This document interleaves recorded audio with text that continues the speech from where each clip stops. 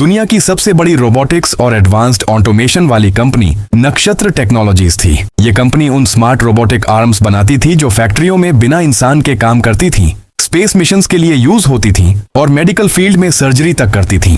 Company का सबसे बड़ा प्रोजेक्ट था टाइटन एक्स, एक gigantic multi functional robotic system जिसकी कीमत अरबों में थी। ये सिस्टम पूरी तरह एआई पर चलता था और दुनिया भर की सप्लाई चेन को कंट्रोल कर सकता था। लेकिन पिछले 12 दिनों से टाइटन एक्स पूरी तरह बंद पड़ा था, किसी अनजान टेक्निकल गड़बड़ी की वजह से। हर दिन कंपनी को करोड़ों का नुकसान हो रहा था, ऑन ऑर्डर्स कैंसिल हो रहे थे, क्लाइंट्स गुस्से में थे, शेयर मार्केट में गिरावट आ गई थी। दुनिया के top robotics engineers, AI specialists, cyber security experts बुलाए गए, लाखों करोड़ों खर्च हुए, पार्ट्स बदले गए, सॉफ्टवेयर री इंस्टॉल किया गया, लेकिन समस्या का पता ही नहीं चल रहा था। कंपनी के फाउंडर और सीईओ थे विक्रम राठौर। 45 साल के विक्रम टेक्नोलॉजी के जीनियस माने जाते थे, लेकिन आज उनकी आंखों में सिर्फ थकान और चिंता थी। मीटिंग रूम में वो टेबल पर मुक्का मारते हुए बोले, 12 दिन हो गए, ये कंपनी कोई खेल नहीं है। अगर अगले हफ्ते तक टाइटन एक्स नहीं चला तो हम सब बर्बाद हो जाएंगे। इंजीनियर्स सिर झुकाए खड़े थे। एक सीनियर इंजीनियर बोला, सर, हमने हर लेयर चेक की है, AI neural network, power supply, sensors, quantum processor, सब नॉर्मल दिख रहा है। दूसरा बोला, विदेश से जापान और अमेरिका की टीम भी आई थी, लेकिन कुछ नहीं मिला। विक्रम की आवाज थम गई। आज रात फिर से पूरा सिस्टम स्कैन करो, कल सुबह रिपोर्ट चाहिए।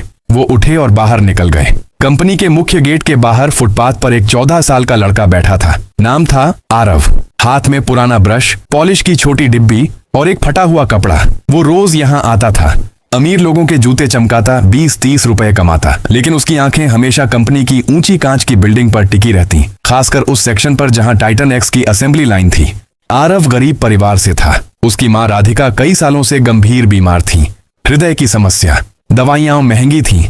पिता के बारे में उसे कुछ पता नहीं था। मां कहती, वो चले गए बेटा, हमें अकेला छोड़ गए। आरव का नाना रामलाल एक पुराना ऑटोमोबाइल मैकेनिक था।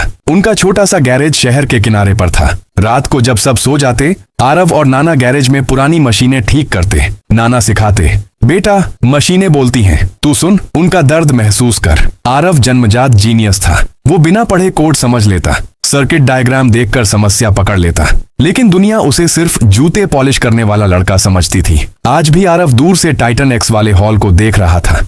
अलार्म बज रहे थे, इंजीनियर्स दौड़ रहे थे। वो बुदबुदाया, समस्या कंट्रोल यूनिट के सब पावर मॉड्यूल में है, एआई को फीडबैक लूप में फंसाया गया है, लेकिन ये लोग मुख्य बोर्ड पर अटके हैं। तभी एक गार्ड चिल्लाया, ओए लड़के, इधर क्या देख रहा है, हट। आरव उठा, लेकिन जाते जाते फिर देखा। विक्रम बाहर निकले। उनकी नजर आरव पर पड़ी, फटे कपड़े लेकिन आंखों में अजीब चमक। विक्रम ने गार्ड से पूछा, ये लड़का कौन है? सर, रोज आता है, जूते पॉलिश करता है, मशीन की तरफ घूरता रहता है। विक्रम ने आरव से पूछा, तुम मशीन को इतना क्यों देखते हो? आरव ने धीरे से कहा, सर, मुझे रोबोट अच्छे लगते हैं। विक्रम हंसे, रोबोट? तुम जूते चमकाते हो बेटा, ये अरबों की टेक्नोलॉजी है। आरव ने हिम्मत की, सर, अगर मुझे सिर्फ 10 मिनट मिले, मैं बता सकता हूँ क्या गड़बड़ है। सब हंस पड़े। इंजीनियर्स बोले, ये क्या बकवास है, बच्चा मशीन ठीक करेगा। लेकिन विक्रम के मन में कुछ हुआ। वो बोले, ठीक है, अगर इतना भरोसा है तो अंदर आओ। सब स्तब्ध। सर, ये जोखिम है। लेकिन विक्रम ने सख्ती से कहा, मैं कह रहा हूं, ले आओ। आरव पहली बार कंपनी के अंदर आया। हॉल में टाइटन एक्स खड़ा था, विशाल, चमचमाता, लेकिन बंद। लाल लाइट्स ब्लिंक कर रही थी। आरव धीरे धीरे मशीन के चारों ओर घूमा, हवा को सूंघा, कंपन महसूस किया। सब देखते रहे। अचानक आरव बोला, सर, ये बंद नहीं हुई, इसे जानबूझकर रोका गया है। सन्नाटा छा गया। क्या मतलब? विक्रम ने पूछा। मुख्य पावर रिले को मैन्युअली शिफ्ट किया गया है और एआई का प्राइमरी फीडबैक लूप में एक लूप इंजेक्शन है।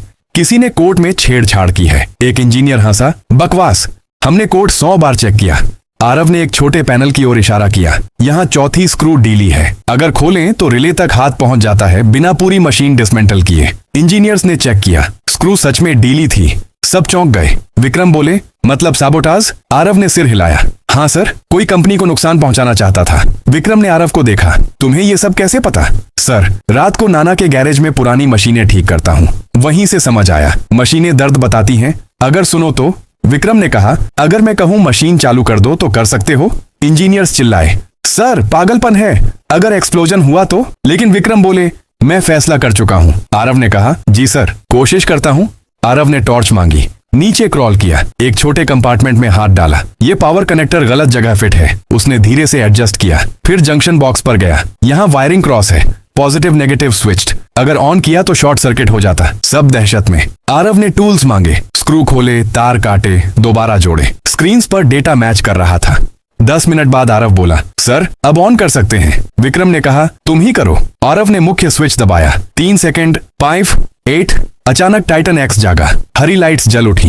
ह्यूम की आवाज आई। पूरी कंपनी में खुशी की लहर। ये बच्चे ने कर दिखाया। लोग तालियां बजा रहे थे। विक्रम आरव के पास आए। आरव, तुम हो कौन? आरव शर्मा गया। सर, बस एक जूते पॉलिश करने वाला। माँ बीमार हैं, इसलिए पैसे कमाता हूँ। रात को गैरेज में मशीनें सीखता हूँ। विक्रम ने पूछा, तुम्हारे पिता? पता नहीं सर, माँ कहती हैं चले गए। विक्रम का दिल धड़का। तुम्हारी माँ का नाम? राधिका मेहता। विक्रम की सांस रुक गई। राधिका, वही नाम जिससे उन्होंने 14 साल पहले गलतफहमी में तलाक लिया था। और तुम्हारा पूरा नाम? आरव मेहता।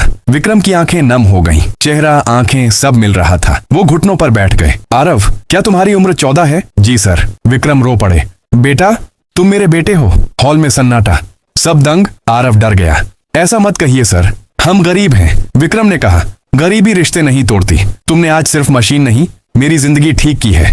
विक्रम ने सिक्योरिटी को ऑर्डर दिया, कल डीएनए टेस्ट होगा। आरव घर गया। रात भर विक्रम सो नहीं पाया। अगले दिन विक्रम उस छोटे मोहल्ले में पहुंचे।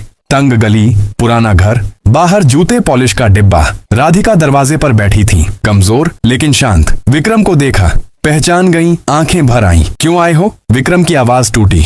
राधिका, आरव, क्या वो मेरा बेटा है? राधिका रो पड़ी। हाँ विक्रम, तुम्हारा ही बेटा है। विक्रम टूट गए। आरव को देखा। बेटा, मुझे माफ कर दो। आरव की आंखें नम। पापा? वो तीनों एक दूसरे को गले लगाए। 14 साल का दर्द एक पल में बह गया। बाद में पता चला, एक राइवल कंपनी के इंजीनियर ने साबोटाज किया था। पैसे लेकर कोर्ट में छेड़छाड़ की। पुलिस ने पकड़ लिया। विक्रम ने राधिका का इलाज करवाया। आरव को बेस्ट स्कूल में दाखिला दिलाया। नाना को कंपनी में सीनियर मैकेनिक की जॉब मिली। गैरेज को अपग्रेड किया गया। आरव अब कंपनी में आता, मशीनों के साथ खेलता, नई चीजें इन्वेंट करता। विक्रम उसे देखकर सोचते, काश मैंने कभी खोया ना होता। आरव मुस्कुराता, पापा, किस्मत गलत नहीं होती। अगर खोया ना होता तो शायद आपको कभी ना मिलता, और न ही मशीनों की दुनिया समझता। दोस्तों, ये कहानी हमें सिखाती है, कभी किसी की काबिलियत को उसकी हालत से मत आंको। एक छोटा सा लड़का भी दुनिया बदल सकता है, अगर हिम्मत और हुनर हो। ये कहानी तुम्हें कैसी लगी? कमेंट में जरूर बताएं।